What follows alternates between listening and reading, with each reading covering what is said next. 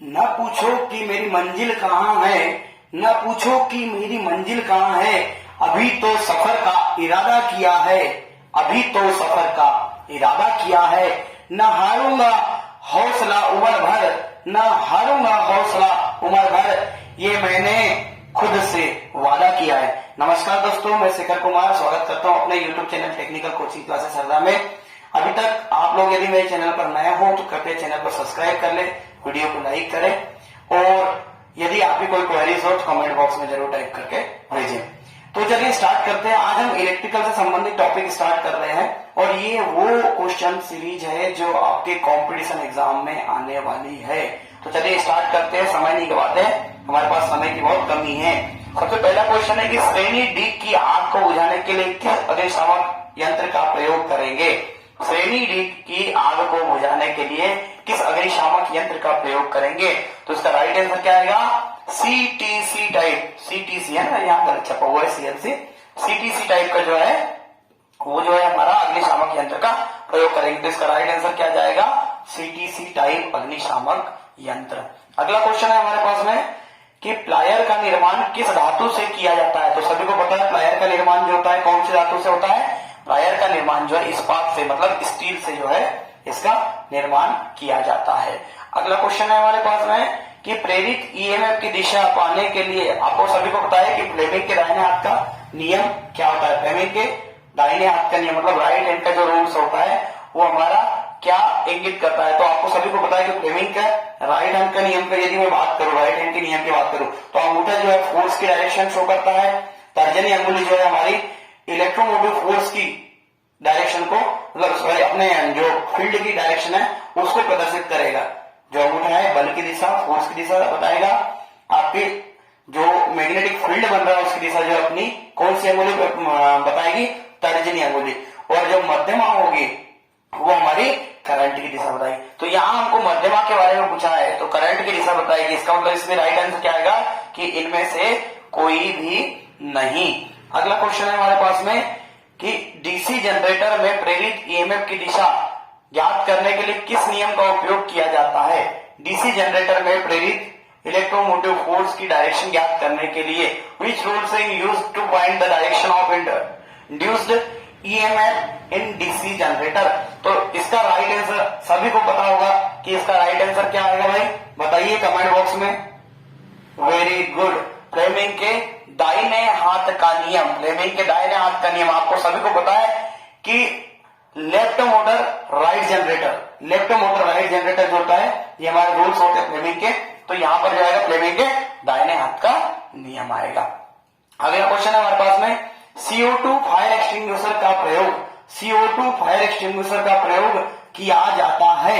CO2 fire extinguisher का जो प्रयोग है वो किस पर किया जाता है। तो सभी को पता है कार्बन डाइऑक्साइड एक्सटिंग्विशर का जो प्रयोग होता है वो जो है या तो तेल पे लगी आग को बुझाने के लिए या यहाँ पर जो है कागज की आग को बुझाने के लिए जो है गैस टाइप का, या हम कह सकते हैं कि CO2 फायर एक्सटिंग्विशर का प्रयोग हम यहाँ करेंगे। अगला क्वेश्चन है हमारे पास में कि बरसाती मौसम में औजारों पर आइल लगाया जाता है। कौन से औजार पर आइल लगाया जाता है, टेनन साह पर, कॉम्बिनेशन प्लायर पर, स्क्रू ड्राइवर पर या उपरोक्त सभी। तो इसका राइट आंसर क्या आएगा, उपरोक्त सभी जो है इस पर जो है हम बरसाती मौसम में ऑयल इसलिए लगा दे ताकि जो है किसी भी कारणवश इस पर जंग ना लगे। अगला जो है हमारा क्वेश्चन कि निम्न में से दुर्घटना के किस कारण की ओर प्रबंधकों को ध्यान देना चाहिए। तो आपको सभी को पता है कि जो बी लूज वायर है ये नहीं होना चाहिए, मतलब तारों का ढीला कनेक्शन नहीं होना चाहिए, तारों का जो है शॉर्ट सर्किट जो है वो नहीं होना चाहिए, केबल के जो है इंटरसेप्शन जो होता है या हम अवरोधन कह सकते कि जो है ये डैमेज किसी प्रकार से नहीं होना चाहिए। सभी बातों का हमको ध्यान। तो इसका राइट आंसर क्या आएगा, सभी। इसमें से इसका राइट आंसर आएगा सभी। अगला क्वेश्चन है हमारे पास में कि दो मेटिंग सरफेसों के बीच सफाई चेक करने के संबंध में एक खालिस्तान गेज का उपयोग किया जाता है। कौन से गेज का उपयोग जो है हम दो मेटिंग सरफेसों के बीच सफाई चेक करने के लिए, क्लियरेंस के लिए जो है फाइनल किसका यूज करेंगे। तो सभी को पता है इसका राइट आंसर क्या आएगा, फीलर जो होता है इसका उपयोग जो है हम फीलर गेज का उपयोग इसके लिए करेंगे। अगला जो है प्लायर के दोनों जबड़े जुड़े होते हैं नट बोल्ट से, शोल्डर से, रिवेट से या वेल्डिंग से। तो इसका राइट आंसर आएगा रिवेट के माध्यम से प्लायर के दोनों जबड़े जुड़े होते हैं।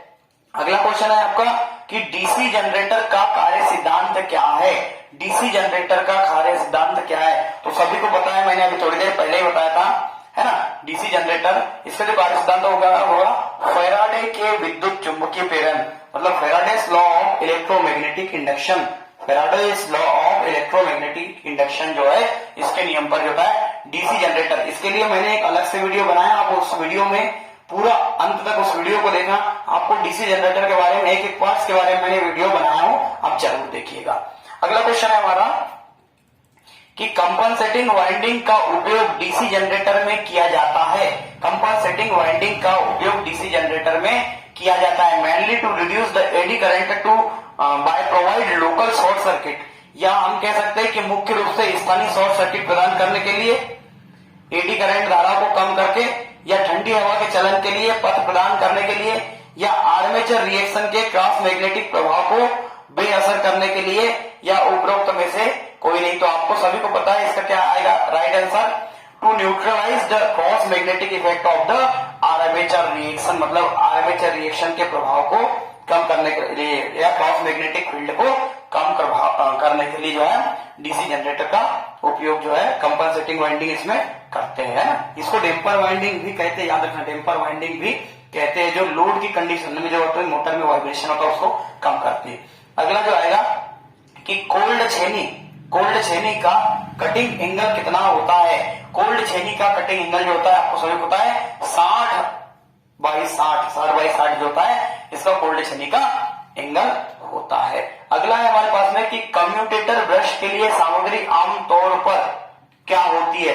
तो सभी को पता है कि हम जनरली जो कार्बन ब्रश का ही यूज करते हैं, तो इसका राइट आंसर क्या आएगा कार्बन इसका राइट आंसर आएगा। अगला क्वेश्चन है हमारे पास में कि निम्न में से किस जनरेटर में नो लोड पर चलने के दौरान नो लोड पर चलने के दौरान नगण्य टर्मिनल वोल्टेज होगा, मतलब which of the following generator will have negligible terminal voltage while running on no load की कंडीशन में जो होगा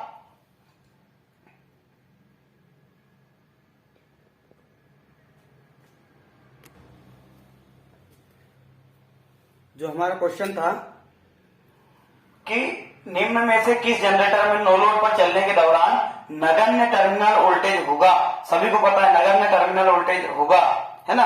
तो इसका जो राइट आंसर आएगा वो क्या आएगा कि जो सीरीज जनरेटर होता है हमारा, सीरीज जनरेटर में जो होता है कि नो लोड पर चलने के दौरान नगण्य टर्मिनल वोल्टेज होता है, या हम कह सकते हैं कि जीरो टर्मिनल वोल्टेज भी इसमें होता है।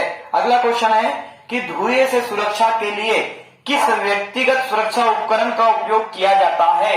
विच पर्सनल प्रोटेक्टिव इक्विपमेंट पीपीई। यहां पर देखो पीपीई जो है, पीपीई इसके बारे में कई बार पूछा जाता है कि पीपीई का फुल फॉर्म क्या होता है। तो क्या होता है पर्सनल प्रोटेक्टिव इक्विपमेंट। तो इनका यूज जो होता है ये धुएं से सुरक्षा के लिए, इसमें से कौन सा ऐसा जो उपकरण है पीपीई जिसका उपयोग होता है। तो इसका राइट आंसर क्या आएगा एप्रोन जो होता है इसका यूज होता है धुएं से बचने के लिए किया जाता है। अगला क्वेश्चन है निम्न में से क्या एक विद्युत कार्य का कर्तव्य है। विद्युत कार्य का जो कर्तव्य इलेक्ट्रीशियन का, which of the following is the duty of an electrician, या हम कह सकते हैं कि build PCB circuit motor rewinding के लिए, या इंस्टॉलेशन ऑफ इलेक्ट्रिकल सर्किट, या ऑल ऑफ दिस। आपको सभी को पता है कि एक इलेक्ट्रीशियन का कर्तव्य क्या होता है कि उसको ये सारे काम जो है बहुत अच्छे तरीके से आने चाहिए। तो इसका राइट आंसर क्या आएगा उपरोक्त सभी इसका जो है राइट आंसर आएगा। अगला है हमारे पास कि जो दिया गया पीपीई है इसका क्या नाम है। जो आपके स्क्रीन पर पीपीई जो दिया गया है इसका क्या नाम है। Nose mask, head shield, face shield, या हेड स्क्रीन। तो सभी को पता ये जो है हैंड स्क्रीन है। हैंड स्क्रीन जो आप पकड़ के जो है वेल्डिंग वगैरह के लिए उपयोग में लाते हैं।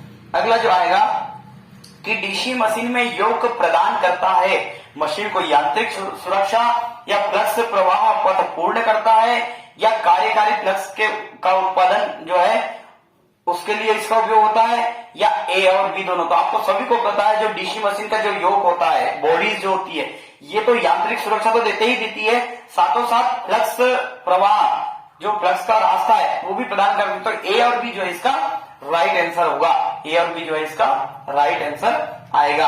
अगला क्वेश्चन है हमारे पास में कि किस प्रकार के डीसी जनरेटर के लिए निम्न संबंध सत्य है कि शंट फील्ड जो होगा और सीरीज फील्ड जो होता है ये सहयोग करते हैं। शंट फील्ड सीरीज फील्ड जो होता है इसका सहयोग करता है, शंट फील्ड जो है सीरीज फील्ड का सहयोग करता है। तो सभी को पता है जो कम्युनिटी कंपाउंड जनरेटर होता है इसमें क्या होता है कि जो शंट फील्ड होती है, शंट फील्ड जो होती है वो सीरीज फील्ड का सहयोग करती है। तो हम कह सकते हैं 5 बराबर 5SH plus 5SE community compound generator के लिए बिल्कुल राइट आंसर होगा इसका। हाँ बिल्कुल सही। अगला क्वेश्चन है कि लेदराइट पेपर काटने हेतु काम में लाया जाता है। लेदराइट पेपर सभी को पता है मोटर वाइंडिंग में इसका उपयोग होता है। तो लेदराइट पेपर जो होता है ये इंसुलेटेड पेपर कहलाता है एक तरीके से। तो इसका जो काटने के लिए इसको क्या यूज करते हैं, combination plier, rough file blade, conduit die set या कैंची। तो इसका राइट आंसर क्या आएगा, कैंची इसका राइट आंसर आएगा। अगला क्वेश्चन है हमारे पास में कि CCI4 का पूरा नाम क्या है। CCI4 का पूरा नाम क्या है। देखो जो मैं क्वेश्चन पेपर की सीरीज आपके लिए लेकर आया हूं ये मोस्ट इंपोर्टेंट क्वेश्चन है और रट लो 100% ये आएंगे, इसलिए और वीडियो को आपको अंत तक देखना है क्योंकि एक भी इंपॉर्टेंट क्वेश्चन यदि छूट गया और एग्जाम में वो आया तो आपको बहुत ज्यादा प्रॉब्लम हो सकती है, क्योंकि एक नंबर के कारण व्यक्ति जो है रह जाता है और अपने पूरे सालों की मेहनत जो है बेकार चली जाती है। तो हमको हमारी मेहनत बेकार नहीं करनी है, इसको ध्यान से देखें वीडियो को और नोट्स जो है इसकी बनाते चले।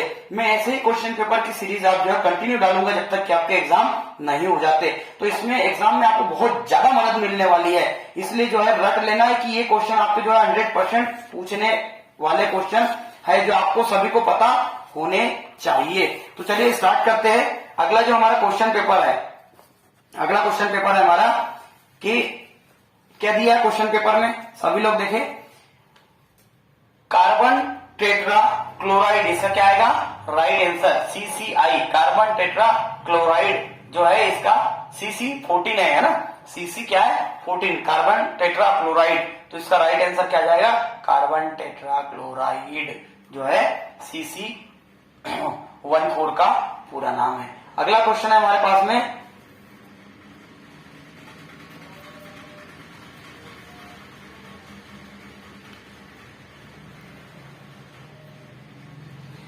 कि लाइन टेस्टर को और क्या कहा जाता है। लाइन टेस्टर को और क्या कहा जाता है, तो सभी को पता है कि लाइन टेस्टर का एक नाम तो लाइन टेस्टर ही है, अर्थ टेस्टर को हम इसको बोलेंगे नहीं। नियॉन टेस्टर बिल्कुल सही, इसका आंसर क्या आएगा, नियॉन टेस्टर जो है इसका राइट आंसर आएगा। अगला क्वेश्चन हमारे पास में कि प्रेरित ईएमएफ की दिशा खोजने के लिए, अभी मैंने थोड़ी देर बताया था कि फ्लेमिंग के दाएं हाथ का नियम, तो सभी को पता है फ्लेमिंग के दाएं हाथ का। ये क्वेश्चन बहुत बार रिपीट हुआ है, मैं एक बार दोबारा समझाता हूँ कि फ्लेमिंग के दाएं हाथ के नियम के अनुसार अंगूठा, तर्जनी अंगुली और मध्यमा को एक दूसरे के परपेंडिकुलर इस प्रकार फैलाया जाता है कि अंगूठा जो है चालक में फोर्स की दिशा बताएगा, तर्जनी अंगुली जो है हमारे चुंबकीय क्षेत्र की दिशा बताएगी और यह चुंबकीय बल रेखाओं की दिशा बताएगी। उस कंडीशन में जो आपकी मध्यमा जो है ये करंट की डायरेक्शन को इंगित करेगा, है ना। तो ये बताने की आपको जरूरत नहीं है। अगला क्वेश्चन है समांतर में दो जनरेटर को जोड़ने के लिए उनके पास क्या होना चाहिए। समांतर में दो जनरेटर को जोड़ने के लिए उनके पास क्या होना चाहिए, तो आपको सभी को पता है कि इनकी वोल्टेज रेटिंग कैसी होनी चाहिए, समान होनी चाहिए, तभी आप जो है पैरेलल ऑपरेशन जो है जनरेटर का कर सकते हैं। अगला क्वेश्चन है हमारे पास में कि डीसी मशीन में कॉपर ब्रश का उपयोग क्यों किया जाता है। जहां कम वोल्टेज और उच्च धारा हो, या जहां उच्च वोल्टेज और कम करंट फ्लो हो रहा हो, या उपरोक्त दोनों मामले में, या उपरोक्त मामलों में से कोई भी नहीं, है ना। इसका राइट आंसर क्या आएगा कि जहां कम वोल्टेज और उच्च धाराएं शामिल हो, जहां कम वोल्टेज और उच्च धाराएं शामिल हो वहां पर जो है इसका उपयोग किया जाता है। जहां कम वोल्टेज हो और करंट के जो मान है वो हाई हो वहां पर हम डीसी मशीन में जो है कार्बन ब्रश का उपयोग करते हैं। अगला है हेक्सा ब्लेड का साइज। हेक्सा ब्लेड का जो साइज है वो मापा जाता है ब्लेड की चौड़ाई से, दांतों की चौड़ाई से, उसकी फ्रेम से या उसके दोनों पिन होल की दूरी से। आपको पता है जो हेक्सा ब्लेड होती है, हेक्सा ब्लेड, तो इसकी जो मेजरमेंट की जाती है ये जो दोनों पिन जो होती है इसकी उसके होल से की जाती है। तो इसका राइट आंसर क्या जाएगा, इसके दोनों पिन होल की दूरी से, दोनों पिन होल की दूरी से। अगला आएगा आपका AWG का विस्तार क्या है। AWG का जो अपना क्या बोलना चाहिए विस्तार जो है क्या है, what is the expansion of AWG। AWG सभी को पता है American wire gauge. American wire gauge इसका राइट आंसर आएगा। जी विजय बिल्कुल सही बोला आपने, अमेरिकन वायर गेज। हाँ ठीक है। अगला क्वेश्चन है हमारे पास में कि विद्युत झटके से बचाव के लिए क्या प्रयोग किया जाता है। विद्युत झटके से बचाव के लिए निम्न में से हम क्या यूज करते हैं। Used to prevent electrical shock. Electrical shock को जो है उससे बचने के लिए हमको क्या प्रयोग करना होता है, RCB, MCCB, MCB या फ्यूज। तो इसका राइट आंसर क्या आएगा, RCCB। RCCB के द्वारा हम विद्युत झटके से बच भी सकते हैं। अगला जो है हमारा कि फैक्ट्री में आग लगने के कारण है, फैक्ट्री में आग लगने के क्या कारण है, विद्युत शॉर्ट सर्किट या विस्फोटक पदार्थ की उपस्थिति या ज्वलनशील पदार्थों की उपस्थिति या सभी। तो इसका जो राइट आंसर आएगा क्या आएगा बताइए आप सभी लोग, राइट आंसर इसका क्या आएगा। हाँ बिल्कुल सही। देखो कोई भी फैक्ट्री में हो, विस्फोटक पदार्थ की फैक्ट्री हो सकती है, ज्वलनशील पदार्थों की, ये तो कॉमन फैक्ट्री में तो एक काम होगा ही, प्रोडक्शन तो होगा ही। लेकिन यदि शॉर्ट सर्किट हुआ तो ही फैक्ट्री में आग लगेगी। तो इसका राइट आंसर क्या आएगा, विद्युतीय शॉर्ट सर्किट। अगला क्वेश्चन है हमारे पास में कि डीसी जनरेटर का कार्य सिद्धांत। डीसी जनरेटर का कार्य सिद्धांत सभी को पता है, फैराडे के इलेक्ट्रोमैग्नेटिक इंडक्शन के नियम पर जो होता है ये वर्क करता है। तो इसका राइट आंसर क्या आएगा, फैराडे के विद्युत चुंबकीय नियम पर। अगला क्वेश्चन है हमारे पास में कि इंटरपोल के कनेक्शन किए जाते हैं। इंटरपोल जिनको हम सहायक पोल भी कहते हैं, इंटरपोल के कनेक्शन जो है किए जाते हैं आर्मेचर के सीरीज में या शंट वाइंडिंग के सीरीज में या भार के श्रेणी क्रम में या उपरोक्त में से कोई नहीं। तो सबको पता है कि आर्मेचर के श्रेणी क्रम में ही जो होते हैं इंटरपोल के कनेक्शन किए जाते हैं। और आपको पता है इंटरपोल पर ही डैम्पर वाइंडिंग भी की जाती है। अगला जो है हमारे पास में, क्यों कम्यूटेटर भारी स्पार्किंग कर रहे हैं। कम्यूटेटर भारी स्पार्किंग क्यों कर रहे हैं, गलत ब्रश की स्थिति या फील्ड कनेक्शन जो है वो गलत है या इनकरेक्ट डायरेक्शन ऑफ रोटेशन है या इनकरेक्ट आर्मेचर कनेक्शन है। तो इसका राइट आंसर क्या आएगा कि ब्रश की स्थिति यदि गलत है तो भारी कम्यूटेशन होगा, है ना। इसका राइट आंसर क्या आएगा, भारी कम्यूटेशन। अगला क्वेश्चन अपना कि एक डीसी मोटर के घूर्णन की दिशा कैसे बदली जा सकती है। एक डीसी मोटर के घूर्णन की दिशा कैसे बदली जा सकती है।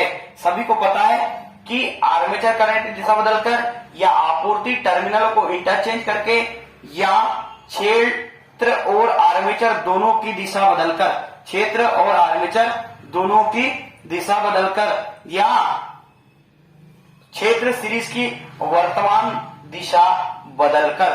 तो सभी को पता है कि आर्मेचर करंट की डायरेक्शन यदि हम बदल दें, आर्मेचर करंट की डायरेक्शन बदल दे और फील्ड की डायरेक्शन बदल दे तो दोनों ही कंडीशन में हम जो है डीसी मोटर के घूर्णन की दिशा को हम आसानी से बदल सकते हैं। तो इसका राइट आंसर जो आएगा वो क्या आएगा, क्षेत्र और आर्मेचर, फील्ड और आर्मेचर दोनों की डायरेक्शन जो है बदलकर, फील्ड और आर्मेचर दोनों की, आर्मेचर करंट की और फील्ड करंट अपना फील्ड की और आर्मेचर करंट इन दोनों की कंडीशन को यदि अपन देख ले तो इसका राइट आंसर यही आएगा। अगला जो क्वेश्चन है हमारे पास में कि एक डीसी जनरेटर की ध्रुवीयता को उल्टा किया जा सकता है। एक डीसी जनरेटर की पोलरिटी जो होती है उसको रिवर्स किया जा सकता है। यदि रिवर्स किया जाए, हाँ बिल्कुल सही है इसका आंसर, हाँ हाँ हाँ बिल्कुल। क्या आएगा इसका राइट आंसर, क्षेत्र धारा बदलकर। जी बिल्कुल, कि डीसी जनरेटर की पोलैरिटी को चेंज करना है तो क्या करना पड़ेगा, फील्ड करंट को रिवर्स कर देंगे, है ना। तो डीसी जनरेटर की पोलैरिटी को उल्टा किया जा सकता है आसानी से। अगला है BIS नियम के अनुसार इलेक्ट्रिक स्विच की रेटिंग होती है सुरक्षा के लिए, कि सर्किट ऑन ऑफ करने के लिए, या एसेसरीज ऑन ऑफ के लिए, या उपरोक्त में से कोई नहीं। तो इसका राइट आंसर क्या आएगा, सेफ्टी के लिए, फॉर सिक्योरिटी, सुरक्षा के लिए जो है इलेक्ट्रिक स्विच की रेटिंग होती है BIS नियम के अनुसार। अगला है कि डीसी जनरेटर में कंपनसेटिंग वाइंडिंग का उद्देश्य क्या होता है। डीसी जनरेटर में कंपनसेटिंग वाइंडिंग का उद्देश्य क्या होता है, मिनिमाइज रफ कम्यूटेशन या कठोर कम्यूटेशन को कम करना, या मेंटेन कांस्टेंट आउटपुट वोल्टेज, या हम कह सकते हैं neutralize the damage of effective, है ना, या विचुंबकीकरण प्रभाव हम कह सकते हैं, या decrease the exciting current of field. Demagnetising हुआ कि आपका मेंटेन कांस्टेंट आउटपुट वोल्टेज होगा कि मिनिमम रफ कम्युनिकेशन। इसका राइट आंसर क्या आएगा, कठोर कम्युनिकेशन, बिल्कुल सही है। कठोर कम्युनिकेशन जो है इसको कम करता है, कठोर कम्युनिकेशन को कम करता है। अगला है हमारे पास में कि प्राथमिक उपचार में प्रयुक्त सामग्री कौन सी है, टिंचर, आयोडीन, बर्नाल, डेटॉल, या सभी। तो इसका राइट आंसर क्या आएगा, सभी जो है ये फर्स्ट एड बॉक्स के रूप में, इसमें सारी चीज जो रहती है फर्स्ट एड बॉक्स में, टिंचर, आयोडीन, बर्नाल, डेटॉल, इनका सभी का प्राथमिक उपचार के रूप में हम कर सकते हैं उपयोग। अगला है कि किस प्रकार की कृत्रिम श्वसन विधि का उपयोग उस पीड़ित के लिए किया जाता है जिसकी छाती और पेट में चोट हो। जिसकी छाती और पेट में चोट हो उसके लिए, जिसकी छाती और पेट में चोट हो उसके लिए कौन सी विधि का उपयोग होता है। तो आपको सभी को पता है कि इसके लिए नेल्सन विधि जो है यूज में लाई जाती है, जिसको हम सिल्वेस्टर विधि भी कहते हैं, सिल्वेस्टर विधि भी कहते हैं। इसका राइट आंसर क्या आएगा, सिल्वेस्टर विधि।